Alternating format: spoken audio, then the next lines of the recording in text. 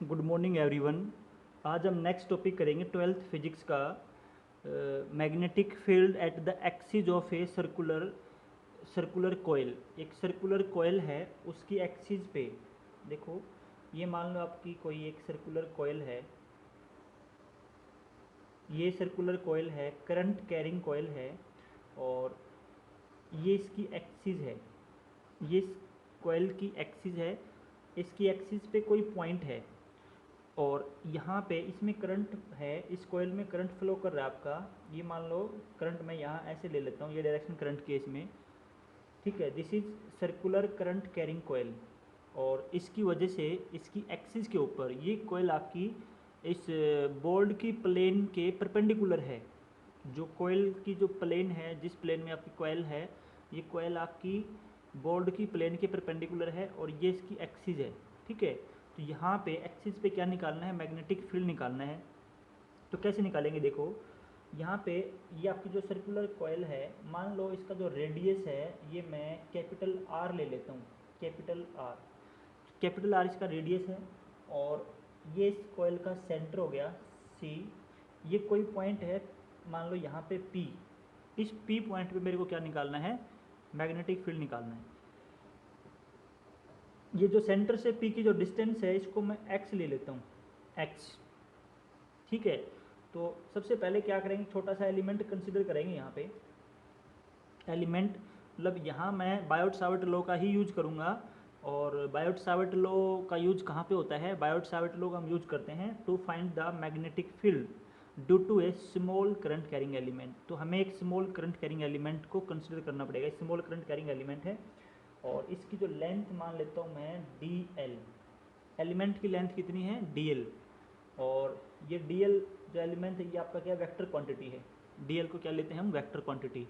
और तो ये डी एल जो एलिमेंट की लेंथ है, इसको क्या मानते हैं? वेक्टर मानते हैं। और डी एल की डायरेक्शन क्या लेंगे? जो डायरेक्शन आपके करंट की है, जो इस एलिमेंट में करंट की डायरेक्शन है, जो आपका करंट यहाँ से यहाँ फ्लो करेगा, यही डायरेक्शन किसकी होगी? डी एल की डायरेक्शन हो जाएगी, ठीक है। तो अब इसको रेफरेंस मान के, इस एलिमेंट को रेफरेंस मान के हम इसका, ये जो आपका पॉइंट है, इसका पोजीशन वेक्टर ड्रा करेंगे। तो ये पोजीशन वेक्टर है पॉइंट पी का इस एलिमेंट से, ठीक है। तो पोजीशन वेक्टर को लिखते हैं हम आर से। This is R vector, position vector इस पॉइंट का, ठीक है। उसके बाद हम क्या करेंगे? देखो, उसके बाद हम लगाएंगे बायोट सावर्ट लॉ। पहले डायरेक्शन देख लेते हैं। डायरेक्शन क्या होगी मैग्नेटिक फील्ड की? यहाँ पे इस स्मॉल करंट कैरिंग एलिमेंट की वजह से, छोटे से एलिमेंट की वजह से यहाँ जो मैग्नेटिक फील्ड होगा, उसकी डायरेक्शन क्या होगी? तो मैग्नेटिक फील्ड की डायरेक्शन, करंट कैरिंग वायर की वजह से मैग्नेटिक फील्ड की डायरेक्शन कैसे निकालते हैं? Using right hand thumb rule. Using right hand thumb rule.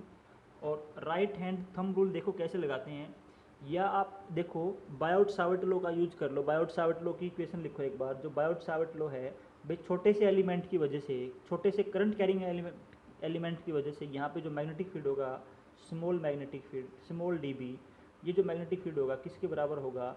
Mu naught upon 4 pi, current कितना है वो, upon position vector R cube, distance जो है यहाँ से पॉइंट की, इसकी क्यूब, और यहाँ पे क्रॉस प्रोडक्ट है डीएल का और पोजीशन वेक्टर आर का।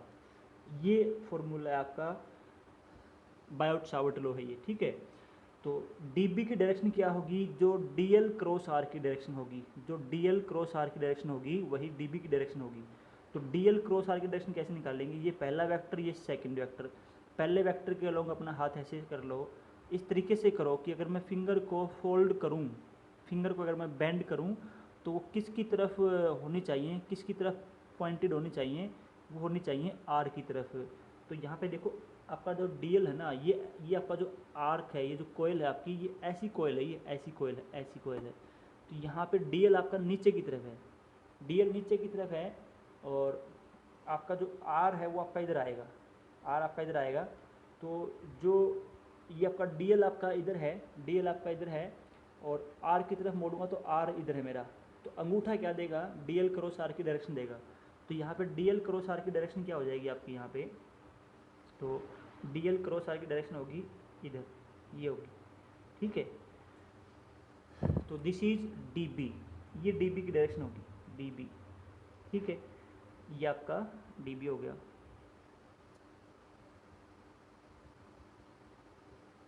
नीचे की तरफ है, ठीक है।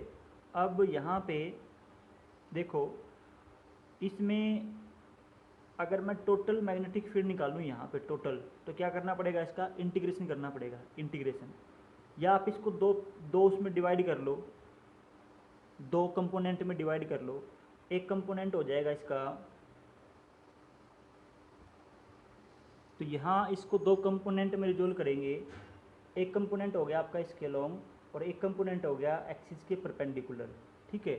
तो एक कंपोनेंट एक्सिस के अलोंग, एक कंपोनेंट एक्सिस के परपेंडिकुलर। देखो ये हो गया आपका। अब ये एंगल मान लो यहाँ पे थीटा एंगल है, ये मैं थीटा एंगल ले लेता हूँ, थीटा। तो ये आपका 90 माइनस थीटा और ये आपका कितना हो जाएगा, थीटा। ये भी आपका थीटा एंगल हो जाएगा। तो यहाँ पे ये कंपोनेंट आपका, देखो इसको हमने दो कंपोनेंट में रिजोल्व किए हैं। एक कंपोनेंट तो एक्सिस के अलोंग और एक कंपोनेंट एक्सिस के परपेंडिकुलर। ये एंगल थीटा है आपका, तो थीटा के साथ कौन सा कंपोनेंट होता है, कोस। तो डी बी कोस थीटा, ये डी बी कोस थीटा हो जाएगा। और ये क्या हो जाएगा आपका, ये हो जाएगा आपका D B sine theta. This is D B sine theta, ठीक है। अब हम इसको इंटीग्रेट करेंगे।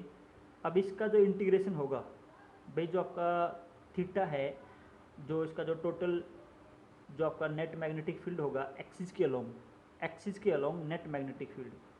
तो net magnetic field along axis, net magnetic field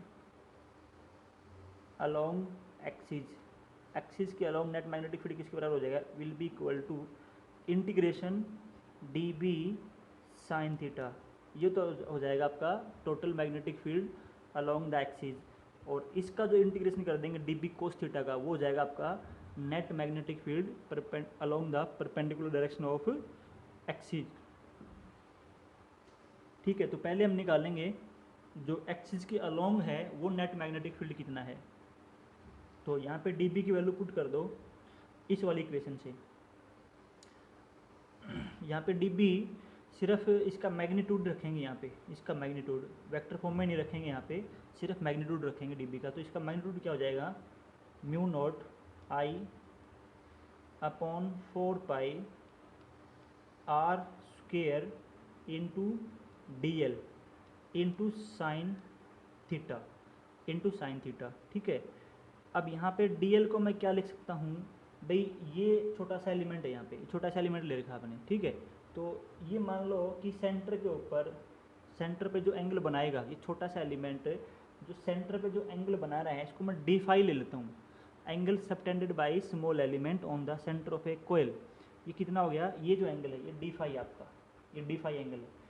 तो इसको मैं क्या लिखूँगा, mu not I upon 4 pi R square, D L को लिखूँगा मैं, रेडियस कितना है आर, इंटू कितना एंगल बनाया आर्क ने सॉरी जो स्मॉल आर्क है, छोटा सा एलिमेंट है, उसने कितना एंगल बनाया, डी फाई एंगल बनाया, D phi into sine theta, into sine theta, ये आ जाएगा, ठीक है। और अब यहाँ पे ये जो साइन थीटा है, जो थीटा है वो तो कांस्टेंट है, वो फाई के साथ चेंज नहीं हो रहा। आपका जो थीटा है वो तो क्या रहेगा, यहाँ पे कांस्टेंट रहेगा, फाई के साथ चेंज नहीं होगा।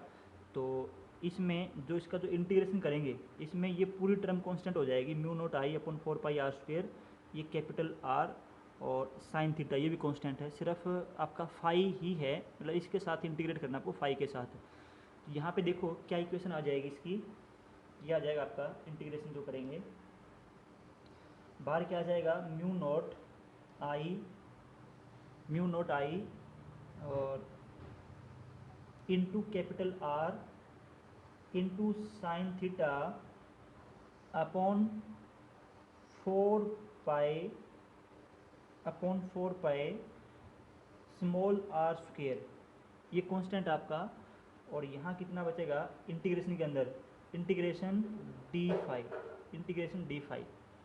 तो फाई क्या है, इस छोटे से एलिमेंट ने जो यहाँ पे एंगल बनाया डी फाई है।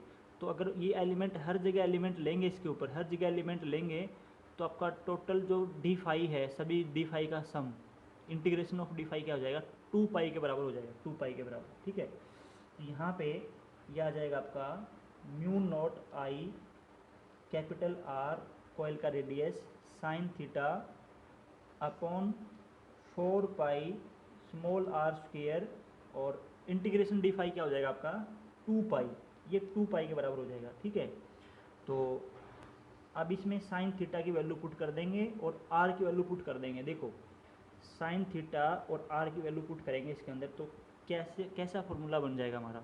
देखो जो टोटल मैग्नेटिक फील्ड है अलोंग एक्सिस, मतलब एक्सियल, मैं इसको एक्स एक्सिस मान लेता हूँ, जो एक्सिस के अलोंग जो टोटल मैग्नेटिक फील्ड है, परपेंडिकुलर को ले लूँगा along Y axis total magnetic field. ठीक है, तो total magnetic field along X axis किसके बराबर होगा यहाँ पे, ये आपका mu not I capital R upon 4 pi, ये तो एज इट इज रख लो।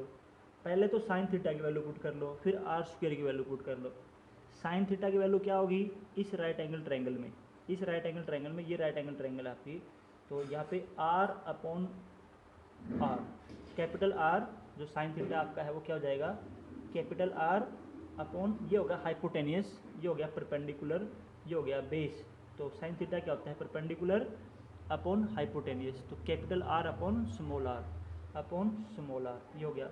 ठीक है, और एक आर स्क्वायर नीचे है, तो ये कितना हो गया, आर क्यूब हो गया आपका, कितना हो गया, आर क्यूब, और इंटू 2 पाई, इंटू 2 पाई, तो 2 पाई इस 4 पाई से कैंसिल हो जाएगा, कितना बचेगा, देखो नीचे 2 बचेगा, तो ये क्या बन गया हमारा, म्यू नॉट आई अपॉन 2। ठीक है, ऊपर बन गया हमारा कैपिटल आर स्क्वेयर अपॉन, नीचे बन गया R cube, small R cube. अब स्मॉल आर को हम कैसे लिखेंगे, इस स्मॉल आर को, इस हाइपोटेनियस को लिखेंगे पाइथागोरस का यूज करके, दिस वन परपेंडिकुलर का स्क्वायर प्लस बेस का square is equal to hypotenuse का स्क्वायर, ये होता है। यहाँ पे आर की वैल्यू क्या आ जाएगी आपकी, small R square plus X square, और इसका अंडरूट आ जाएगा, इसका अंडरूट होगा, जो आपका आर है यहाँ पे देखो, आर किसके बराबर आएगा, आर आपका आएगा under root R square plus X square, इस राइट एंगल ट्रायंगल से। ठीक है, तो यहाँ से ये अंडरूट है इसका, और उसकी पावर 3 है, तो अंडरूट मतलब पावर कितनी, हाफ है, तो हाफ इंटू 3, ये हो जाएगा 3/2। तो ये मेरा आ गया total magnetic field along axis. ठीक है, total magnetic field along axis आ गया।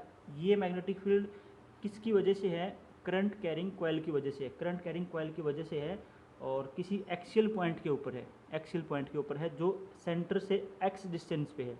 ठीक है, और आई क्या है, कॉइल में करंट है। अगर नंबर ऑफ लूप्स हो यहाँ पे, जैसे ये कॉइल है, अगर इसमें ये तो एक लूप की वजह से था, ये जो कॉइल है, कॉइल में तो आपके कई टर्न भी हो सकते हैं, कई लूप भी हो सकते हैं। तो अगर आपकी कॉइल में कितने टर्न है, एन टर्न है, for N number of turns, N number of turns या N number of loops, N number of turns या एन नंबर ऑफ लूप्स, अगर कॉइल में कितने लूप हैं, एन नंबर ऑफ लूप्स हैं, तो हमारा जो मैग्नेटिक फील्ड है, टोटल मैग्नेटिक फील्ड है एक्सिस के अलोंग, वो कितना हो जाएगा, इसको एन से मल्टीप्लाई कर देंगे, तो mu not I into capital N और into R square upon 2 R square plus X square, इसकी पावर कितनी है, 3/2, तो ये हो जाएगा। ठीक है, ये फॉर्मूला बन जाएगा आपका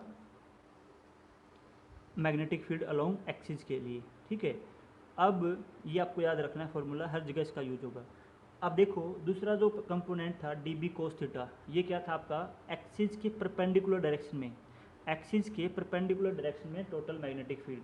तो एक्सिस के परपेंडिकुलर डायरेक्शन में टोटल मैग्नेटिक फील्ड कैसे निकालेंगे, इसको इंटीग्रेट कर दो, जो डी बी कोस थीटा है इसका इंटीग्रेशन करेंगे, डी बी कोस थीटा का, तो डी बी कोस थीटा का इंटीग्रेशन करेंगे, तो इसको लिखूंगा मैं total magnetic field along Y axis, मतलब total magnetic field along the perpendicular direction of axis, axis के परपेंडिकुलर डायरेक्शन जो टोटल मैग्नेटिक फील्ड है, B y is equal to integration D B cos theta, d B cos theta, ये हो जाएगा। ठीक है, अब इसमें dB की वैल्यू पुट करेंगे। dB किसके बराबर है, mu not I upon 4 pi, और ये था आपका R square into D L into cos theta इसका इंटीग्रेशन है। अब डी एल की जगह क्या लिखेंगे, आर फाई, तो mu not I into R, और पहले मैं कोस थीटा को लिख लेता हूँ, फिर मैं लिखूँगा डी फाई। डी एल की जगह क्या लिख दिया, आर डी फाई लिख दिया, अपॉन 4 पाई आर स्क्वेयर, ये इसका पूरे का इंटीग्रेशन है। अब ये पूरी टर्म कांस्टेंट आपकी, तो इंटीग्रेशन का साइन यहाँ पे आ जाएगा, ठीक है, इसका इंटीग्रेशन। तो अब इसमें देखो कोस थीटा की वैल्यू पुट कर दो, डी फाई का इंटीग्रेशन कितना होता है, 2 पाई, ठीक है। तो mu not I capital are, cos theta क्या हो जाएगा आपका, कोस थीटा हो जाएगा बेस अपॉन हाइपोटेनियस, तो एक्स अपॉन हाइपोटेनियस की लेंथ कितनी है, आर, तो आर स्क्वेयर पहले से है और एक आर अब आ गया, तो आर क्यूब हो गया, ये कितना था आपका 4 पाई, और डी फाई का इंटीग्रेशन कितना होता है 2 पाई, तो 2 पाई से ये कैंसिल हो जाएगा 2 पे, और ये आपका आ गया म्यू नॉट आई और इंटू आर अपॉन 2, ठीक है, और ये आ गया आर क्यूब। आर किसके बराबर है, आर आपका है under root capital R square plus X square, यहाँ से निकाला था मैंने पाइथागोरस लगा के, ठीक है। तो ये हो जाएगा आपका R square plus X square, और पावर 3 है यहाँ पे आर की, आर आपकी ये है, तो पावर हो जाएगी टोटल आपकी 3/2, ठीक है। और ये इंटू क्या आ गया आपका, एक्स आ गया, इंटू एक्स आ गया। तो ये टोटल मैग्नेटिक फील्ड है आपका वाई एक्सिस के लॉन्ग, जो कोयल की जो एक्सिस है उसके परपेंडिकुलर डायरेक्शन में, कोयल की एक्सिस के परपेंडिकुलर डायरेक्शन में इतना मैग्नेटिक फील्ड होगा। अब यहाँ पे एक्स पे डिपेंड कर रही है, जो पहले वाला था वो उसमें ऊपर एक्स नहीं था, उसमें नीचे नीचे एक्स था। अब थोड़ा सा इसमें चेंजमेंट है फॉर्मूले में, ठीक है। और अगर n नंबर ऑफ लूप्स क्या कर लेंगे, इसको n से मल्टीप्लाई कर देंगे। अगर नंबर ऑफ लूप्स n दे रखे हैं कोयल में, तो इसको n से मल्टीप्लाई कर देंगे। तो ये दोनों फॉर्मूले हैं, एक बी एक्स का, एक बी वाई का, एक तो मैग्नेटिक फील्ड अलोंग एक्सिस और एक magnetic field perpendicular to the axis. तो ये हमारे लिए इतना इंपॉर्टेंट नहीं है, यहाँ से क्वेश्चन नहीं पूछे जाते, लेकिन जो मैग्नेटिक फील्ड का फॉर्मूला था अलोंग एक्सिस वाला, बी एक्स वाला, वो फॉर्मूला आपको हमेशा याद रखना है। बी एक्स किसके बराबर, म्यू नॉट आई, और अगर n नंबर ऑफ टर्न्स हैं तो n ले लो, n आर स्क्वेयर अपॉन नीचे आपका था 2 और R square plus X square power 3/2, ये आपका फॉर्मूला था for n number of turns के लिए। तो ये फॉर्मूला आपको हमेशा याद रखना है, काफ़ी ज़्यादा इसका यूज है।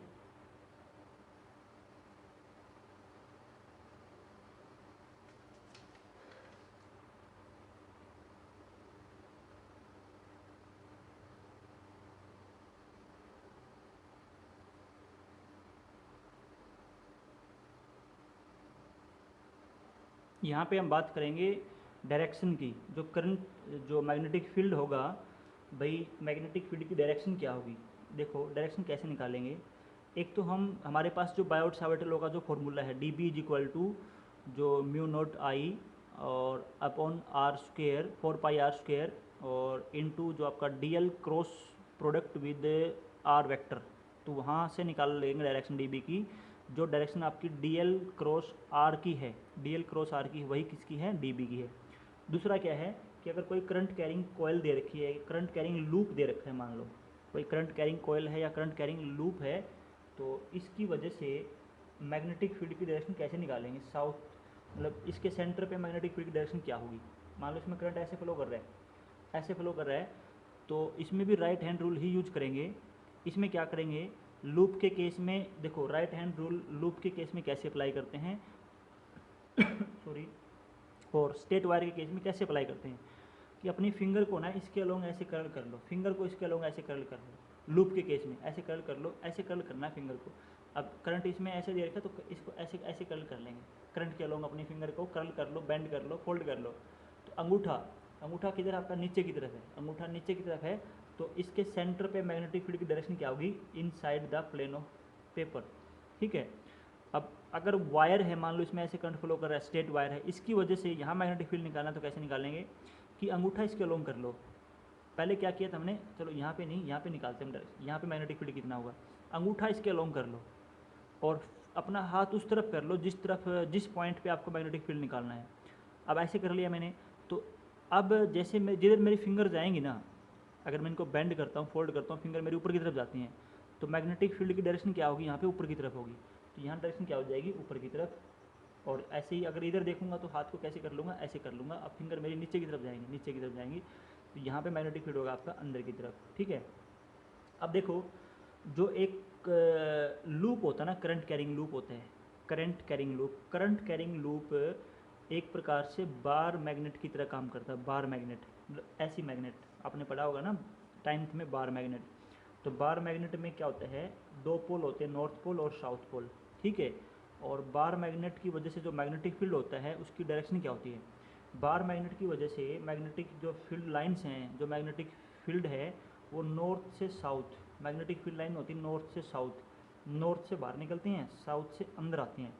ये डायरेक्शन होती है मैग्नेटिक फील्ड लाइन की, नॉर्थ से साउथ की तरफ। बाहर मैग्नेट के बाहर तो होती है नॉर्थ से साउथ, और मैग्नेट के अंदर होती है नॉर्थ से साउथ से नॉर्थ। मैग्नेट के अंदर क्या होती है, साउथ से नॉर्थ। तो ये जो मैग्नेटिक फील्ड लाइंस हैं ऐसे क्लोज लूप बनाती हैं। मैग्नेटिक फील्ड लाइन क्या बनाती है, close loop. Outside the magnet north से निकल के साउथ में अंदर जाती हैं, और इनसाइड द मैग्नेट साउथ से नॉर्थ की तरफ जाती हैं। तो ये याद रखना आपको। ठीक है, तो जो आपका लूप है, जो करंट कैरिंग लूप है, वो भी मैग्नेट, बार मैग्नेट की तरह ही काम करता है, वो भी बार मैग्नेट की तरह ही उसका बिहेवियर है। ठीक है, तो बार मैग्नेट की तरह अगर इसका बिहेवियर है, तो इस जैसे बार मैग्नेट में नॉर्थ और साउथ होते हैं, जैसे बार मैग्नेट में क्या होते हैं, नॉर्थ साउथ पोल बनते हैं, इसमें नॉर्थ साउथ कैसे बनेंगे लूप में, वो हमें देखना है। तो देखो मैग्नेट के अंदर जो मैग्नेटिक फील्ड होता है वो होता है साउथ से नॉर्थ की तरफ। मैग्नेट के अंदर जो मैग्नेटिक फील्ड है वो साउथ से नॉर्थ की तरफ होता है। अब यहाँ देखो ये आपका लूप है, ये बार मैग्नेट की तरह काम कर रहा है, तो यहाँ पे मैग्नेटिक फील्ड है अंदर की तरफ। ठीक है, तो मैग्नेट के अंदर मैग्नेटिक फील्ड होता है साउथ से नॉर्थ, मतलब ऊपर साउथ है और नीचे नॉर्थ है, ऊपर साउथ है नीचे नॉर्थ है। तो इसमें ऊपर क्या बनाएंगे, ऊपर साउथ बनाएंगे, ऐसे ऐसे साउथ बनाएंगे, ऐसे साउथ। ठीक है, या देखो इसमें जो करंट है ना ऐसे क्लॉकवाइज है, तो यहाँ पे ये एस की ये जो साइड है ये एस की तरह ऐसे बेंड हो जाएगी। ठीक है, ऐसे बना देना इसमें। तो साउथ ऊपर बनेगा, ऊपर क्या बनेगा, साउथ, नीचे बनेगा नॉर्थ। तो डायरेक्शन क्या हो जाएगी, साउथ से नॉर्थ की तरफ, अंदर की तरफ, साउथ से नॉर्थ की तरफ, मतलब अंदर की तरफ। ठीक है, अगर मैं डायरेक्शन इसमें क्या ले लूँ, रिवर्स ले लूँ, जैसे मैं यहाँ लूँगा अलग से इसमें, अगर मैं यहाँ पे और लूप ले लेता हूँ, इसमें डायरेक्शन मैंने रिवर्स ले ली करंट की, मतलब ऐसे करंट फ्लो कर रहा है इसमें एंटी क्लॉकवाइज। ठीक है, तो इसमें क्या बना दो, ऐसे एन बना दो, एन ऐसे, ऐसा एन बना दो, एन ऐसे बनता है ना एन आपका, ऐसे, मतलब ऐसे एन बनेगा। तो ऊपर नॉर्थ आ गया, नीचे साउथ आ गया, तो डायरेक्शन क्या होगी, साउथ से नॉर्थ, ऊपर की तरफ, नॉर्थ की तरफ होती है। तो ऊपर नॉर्थ है ना, तो ऊपर की तरफ, ये नॉर्थ से मतलब साउथ से नॉर्थ की तरफ होती है, तो नॉर्थ की तरफ यहाँ पे नीचे, तो नीचे की तरफ मैग्नेटिक फील्ड की डायरेक्शन क्या होगी, नीचे की तरफ। या तो आप ऐसे रूल लगा लो कि ऐसे हाथ को ऐसे करेंगे ना, फिंगर को ऐसे कर्ल करेंगे, तो अंगूठा क्या दे देगा, मैग्नेटिक फील्ड की डायरेक्शन दे देगा, उससे निकाल लो। या फिर आप ऐसे नॉर्थ साउथ बना के निकाल लो। नॉर्थ साउथ कैसे बनाने, देखो जैसे आपका करंट ऐसे फ्लो कर रहा है ना, तो यहाँ पे क्या बनेगा, यहाँ पे साउथ बनेगा। अगर करंट इसमें ऐसे जा रहा है ना, तो ये साइड देखो, ऐसे ऐसे करंट आ रहा है, तो ये साइड देख लो ऐसे, तो इसमें नॉर्थ बनेगा यहाँ पे। और डायरेक्शन क्या लेनी है, साउथ से नॉर्थ की तरफ।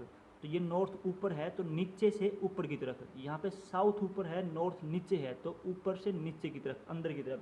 तो ये हो जाएगी सेंटर पे मैग्नेटिक फील्ड की डायरेक्शन अंदर की तरफ, और यहाँ हो जाएगी बाहर की तरफ। ऐसे लेनी है मैग्नेटिक फील्ड की डायरेक्शन, किसी लूप की वजह से, करंट कैरिंग लूप की वजह से जो मैग्नेटिक फील्ड होगा उसकी डायरेक्शन ऐसे कंसिडर करनी है। और कितना मैग्नेटिक फील्ड होगा सेंटर पे, कितना होगा, देखो हमारे पास फॉर्मूला कितना आ गया था, एक्सिस वाला फॉर्मूला क्या आता था, एक्सिस पे मैग्नेटिक फील्ड का फॉर्मूला हमारे पास ये आता था, mu not I R square upon, ठीक है, एक लूप के लिए ये था आपका 2r² प्लस x² पावर 3/2। ये कोयल थी, कुछ ऐसी कोयल थी, उस कोयल की एक्सिस पे यहाँ पे मैग्नेटिक फील्ड का फॉर्मूला था ये x डिस्टेंस थी, ये इसका r रेडियस था कोयल का। ठीक है, इस लूप के सेंटर पे मैग्नेटिक फील्ड कितना होगा, तो ये पॉइंट सेंटर पे आ गया, तो x कितना हो गया, 0।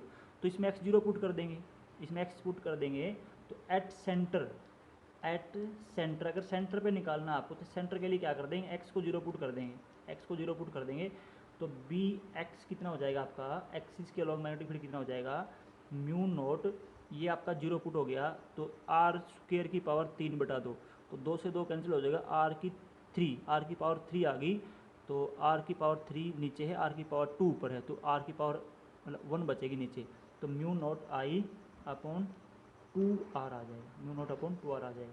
ठीक है, एक और फॉर्मूला हमने देखा था आर्क की वजह से, कोई आर्क है उसके सेंटर पे मैग्नेटिक फील्ड, इसमें करंट मान लो आई है, ये मान लो यहाँ पे फाई एंगल बना रहा है, रेडियस इसका आर है मान लो आर्क का, तो इसके सेंटर पे यहाँ पे मैग्नेटिक फील्ड कितना होगा, मैग्नेटिक फील्ड किसके बराबर आया था, mu naught I upon 4 pi, और ये जो रेडियस इसका आर इंटू फाई। तो देखो ये जो लूप था आपका, ये जो कोयल है लूप ही तो है, इसके सेंटर पे मैग्नेटिक फील्ड निकालना है, ये फॉर्मूला किसका था, आर्क के सेंटर पे, तो इस आर्क को से लूप बनाना है, तो फाई कितना हो जाएगा यहाँ पे, अगर ये पूरा सर्कल बन गया, मान लो पूरा सर्कल बन गया तो ये आपका फाई कितना हो जाएगा 2 पाई, तो यहाँ पे 2 पाई रख दो, यहाँ पे 2 पाई रख देंगे तो 2 पाई से ये कैंसिल हो जाएगा, कितना आ गया, mu naught I upon 2r आ गया। तो इस फॉर्मूले से भी वही आया है, जो एक्सिस वाला फार्मूला था उससे भी हमारा वही आया, mu naught I upon 2r आया है। तो किसी से भी निकाल लो, लूप के सेंटर पे मैग्नेटिक फील्ड तो किसी फार्मूले से निकाल लो, इस एक्सिस वाले से निकाल लो, इसमें एक्स की जीरो वैल्यू पुट कर दो, या आर्क वाला जो हमने इससे पहले किया था उसमें आप फाई की जगह 2 पाई रख दो, उससे भी आ जाएगा। ठीक है, डायरेक्शन कैसे निकालेंगे, राइट हैंड थंब रूल से। ठीक है, ये भी 2 तरीके से लगा सकते हैं, या तो आप ऐसे हाथ से करके देख लो राइट हैंड से, या फिर आप ऐसे साउथ नॉर्थ बना के देख लो। ठीक है, तो ये था आपका magnetic field at the axis और at centre of a coil. Thank you.